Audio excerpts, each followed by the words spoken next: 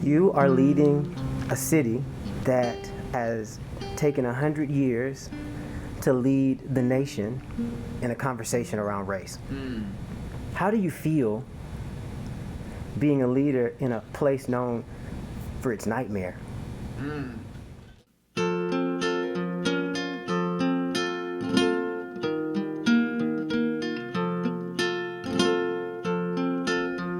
The challenge for me as a Tulsan is that I grew up in this community, as many other Tulsans did, never hearing of the race massacre, just assuming that unofficial segregation is just the way cities are. And it really wasn't until I left to go to college in Philadelphia and then went to work in DC that I realized, wait a second, this isn't the way every city is.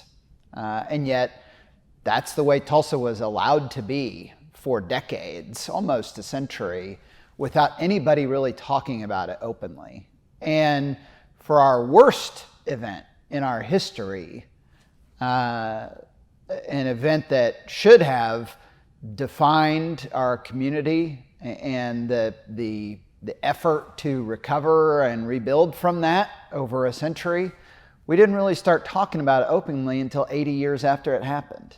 And so what you've seen is, in the last 20 years, an attempt to understand the most traumatic event in the history of our city and understand its impact and try to rectify the impacts that still exist in our community as a result of it and address those, but do 100 years worth of those conversations and that work in a couple decades. And really in earnest, only in the last 5 to 10 years has it been more widespread.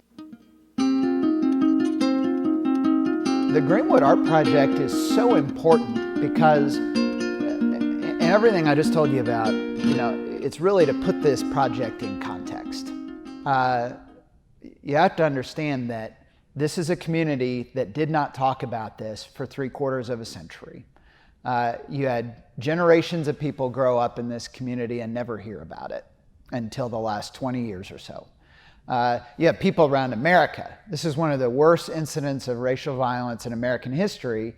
You have a lot of people that when they saw The Watchmen and the beginning of that, they thought that was fiction. It took Regina King tweeting out and saying, that wasn't a fictional event, that actually happened, and here are links to the articles about what happened to raise awareness. And I single that out in particular because the work that we have to do right now, part of it is on the ground trying to address disparities, but the other is raising awareness around what happened, not just here in Tulsa, but across the country and around the world. And there's no one way that you do that. You reach different people in different ways. Some of it you do with very factual, historical work, and that's being done.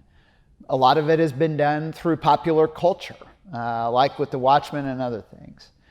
But I think a big way that you reach people, and in particular that you can reach people's hearts and not just their heads, is with art and public art.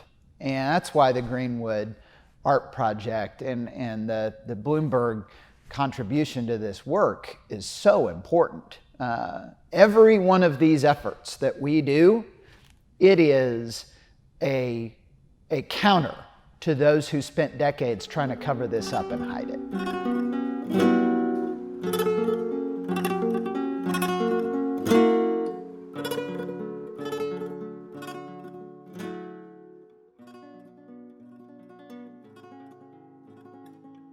In matters of style, swim with the current. In matters of principle, stand like a rock. Did you begin to take your mask off? Oh yeah, sure. So as you hear that quote, how does it speak to you as a leader? Well, I think it's a it's a great quote that kind of summarizes the tension that every leader faces. Leading is not staking out an extreme position that no one will follow.